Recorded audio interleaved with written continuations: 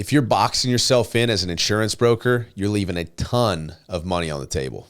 Look, insurance sucks. I just make it suck less. Hey, what's going on, guys? My name is Brad Hannon. You know the drill by now, right? We are here to help you polish your skills, make more sales, and ultimately make more money out there in the field selling health insurance to under 65 individuals, right? We love to talk about Medicare. No, we don't. We love to talk about all things insurance. And today, it's important that we talk about something that happened recently. It's happened a couple of times. It's happened a lot, actually, if I really think about it. But recently happened, and I thought, man, I've got to shoot a video on this because it's common. Like it's happening out there all over the place. And it is agents or brokers specifically boxing themselves in or being so locked into, I only sell ACA, or I only sell private, or I only sell Medicare supplement, or I only sell Medicare Advantage. Listen, I was on a plane to British Columbia, right? Victoria, British Columbia, beautiful place. And I happened to be sitting next to a gentleman, and we just struck up some conversation. He said, "Hey, are you here for the carrier trip?" And I said, "I am here for that carrier trip. It's going to be a blast, man. It's awesome. What do you do?" He said, "Oh, I sell Medicare supplements." I said, "Oh, that's great, man. That's awesome." He said, "What do you do?" I said, "Oh, I do mainly under 65 health, right? We do a lot of individual, some group, but mainly under 65 health." He said, "Oh, man, forget that stuff, right? I wouldn't want to do that ever. Like, oh, I did that, been there, done that, not good, blah, blah, blah." I said, "Really, man, that's crazy. I've had the opposite experience." What was who'd you start with? Well, the dude started with the freaking call center slinging crappy indemnity plans, right? So no wonder you had a bad experience.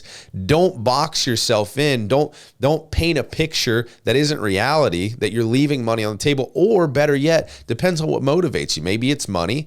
Maybe it's just helping the freaking client that you sold a Medicare supplement to, helping their spouse with their insurance because they're freaking confused. And if you don't help them, then they come to me and I replace your Medicare supplement down the road when I put them on the same policy or a different policy or whatever the case is. So the point is that you don't want to leave money on the table because you're mentally just blocked off to selling a different product or even opening the option to sell a different product. Because you're right, there are products out there that on the first glance you're like, this is whatever. But if you really think about it, there's a purpose for that plan.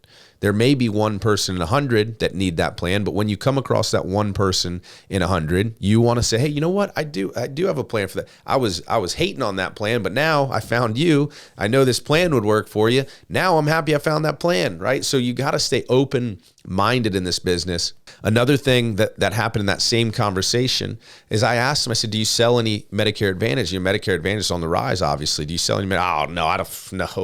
No Medicare Advantage for me. Trash. Medicare Advantage. I've never sell my clients that crap." And I'm like, dang, dude, this guy does one thing and one thing only, right? He sells Medicare supplements. I said, well, I think that's not a fair statement, right? I mean, it certainly depends on who we're talking about. I actually read a recent survey that said, and I'll try to, if somebody drops a comment, it's like, "Oh, where's that survey?" Because I know there's probably some Medicare Advantage haters that might see this. If somebody asks for it, I'll find the link. I'll drop it in the comments. But a survey that said 80% of MAPD beneficiaries are happy with their plan. Who's it up to whether or not the insurance is good, decent, fair, whatever? You or the client on the end, that on the buying end of that transaction, right? So there are individuals, Mary Sue, that literally, "I want Medicare Advantage and I want it now," right? Like that is what they want. Why would you fight them on that? Educate them on where it falls short, educate them on the other options, and if they still want Medicare Advantage, sell them what they want, right? Give the people what they want. But my point is just to stay open-minded, guys. Don't box yourself in. Don't try to learn it all at once either, right? If you're doing one thing and doing it well, I don't fault this individual at all. He's just not been in insurance long enough to really open up the doors to these other verticals. And he also had a really, really bad taste in his mouth from a poor past experience, which is hard to overcome, right? So I don't fault him, but he had roughly 130 clients, right? Like you're not getting a big enough sample size with 130 clients, right? I wrote that last month. You've got to grow. I didn't write anywhere near that. But the point is, it's too small of a sample size to be so sure of anything, right? Like anything, doubt everything until you be open-minded and give everything a chance until you have reason to doubt something is what I meant to say. So be open-minded, make more money, help more people, find more solutions, and rant over. I'm a health insurance hustler. Bradley Hannon's the name. I'm here to teach these agents how to play the game. I'm a health insurance hustler. One thing you should know about me, I'm a health insurance hustler. BradHannon.com.